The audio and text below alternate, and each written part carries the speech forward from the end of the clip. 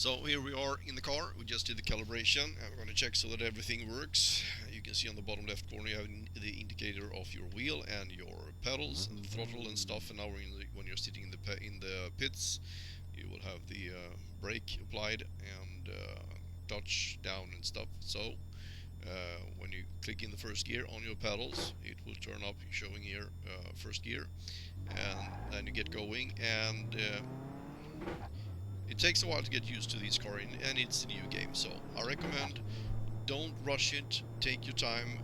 It is not a competition who can crash most times first time on track. So just pick a gear and consider this a normal drive on the countryside. Try to learn the track. I'll get back to that more later, how to learn a new track. But get a feel for it, and now you can feel also how the wheel feels. If you think that it's turning too fast, that it's very nervous, or maybe you think that it's turning too slow, that you can adjust. And you can also adjust how the brake pedal works. So now you can test this, get up a little bit of speed, applying brakes, see how it feels. So let's say now it doesn't feel very good. You just keep turning off the track and so on. So you want to change the sensitivity of the wheel and brakes. So we just park here, and you can press escape, or you can press the upper left corner here. You will get back to paddock, and then we go back to the options in the top right corner.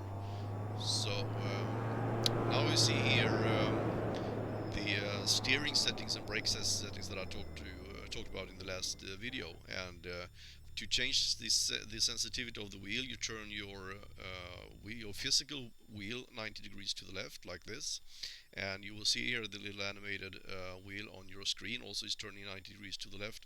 And now we have this wheel range setting here, and if you take the mouse and you grab that slider and you move it left and right, you see that the animated little wheel is changing its position. So still your physical wheel in 90 degrees turned left. So if you wanted to react faster, then you turn it more to the right, like this. You see on the wheel now it's turning more than 90 degrees, so that is what it's going to do also when you get back on track. And if you think that it was reacting too fast, then you can turn it like this to the left, and then you see that it's actually turning less than your physical wheel. So that is how you do that. And I'll put it back here about where we were. The map range I never touch. It kind of sorts itself. Maybe it's doing something, and if it does, I don't know, and also don't care because it's still working. Brake force factor. This is how the development of braking force applied looks when you are pressing the pedal. Let's say that you have it on force factor 0. Then if you have a diagram here with foot pressure on the pedal and how much braking force is developed, then you will have a straight line like this going. So it will increase in exactly as much as you increase pressure. But if you move this to up to here, then the curve will look like this, and it will move. The braking indicator here will move slowly in the beginning, but then all of a sudden it will shoot up very rapidly. So this will make it harder to be on the verge of locking up the wheels. It's very sensitive. So turn this down to 0, makes things easier. Force feedback, we're gonna have to engage force feedback, of course, and these different settings here. Strength of the force feedback, this is something you will feel in your wheel if it's too much. I recommend that you turn it down to 0 or just to 1, and then you go out and test it, and then you go in and set 2 and 3 and 4. I had a few people had in my classes that had the strength up to maximum, and they were fighting so hard, and it took them long time to realize that they were fighting and working far too hard to get around the track. So don't. What you want is to get information You don't want to battle. The information for me works well at around 12. This is different for everyone. There is a guide in the forums. I followed it, and it took me 2 weeks to get my settings back to where I wanted it. So it didn't work for me. I hope it works for you. So have a look at it if you want to. Damping force, minimum force, I keep at 0. It works fine for me. I like it like that.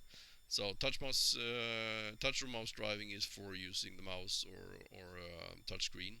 Tilt driving is for using a pad. So driving aids, as I said before, keeping things easy will make you progress better. You will not have to focus on everything else. And if you have the sequential using the pedals, it's not going to work very well without any assists. Auto clutch changes gears very slowly. So auto blip, that is when you downshift, it gives a little bit of up revving when you downshift, so that you don't lock the rear wheels up. Auto shift is an automatic gearbox. Stay away from that. It will make everything much harder to determine your speed and to get into the corners right, and it can also upshift and downshift in the middle of corners, which will make you spin.